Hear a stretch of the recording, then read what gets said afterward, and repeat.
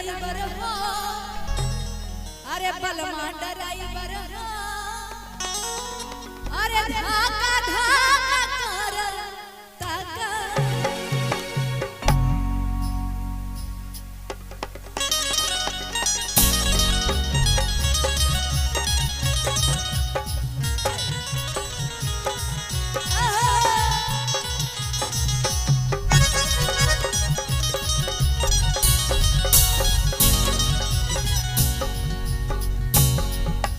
Road में कांवरियन के भीड़ लगल बा, रोड में कांवरियन के भीड़ लगल बा, ओमे चलावा जतिया ड्राइवर हो, पिया ड्राइवर हो, धाका धाका कर ताका रे, पिया ड्राइवर हो, धाका धाका कर ताका रे।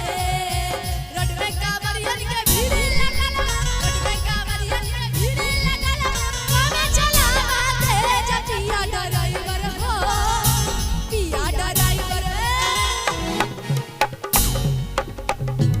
उधर वाला डांस कर रहा है क्योंकि उन लोग का शादी नहीं हुआ है, और आप लोग का शादी हुआ है तो आप लोग डांस नहीं कर रहे हैं। आप डांस वांस नहीं करेंगे तो हम कहेंगे जो है इधर पड़े वो समझो बीबी से डर। इतनी कुर्सी छोड़ दीजिए तो आप लोग, हाँ कुर्सी नहीं छोड़िए, बड़ी मुश्किल से मिलता है। थोड़ा आप लोग भी खड़े हो जाइए थोड़ा सा, हाँ वहाँ बजरंगबली है।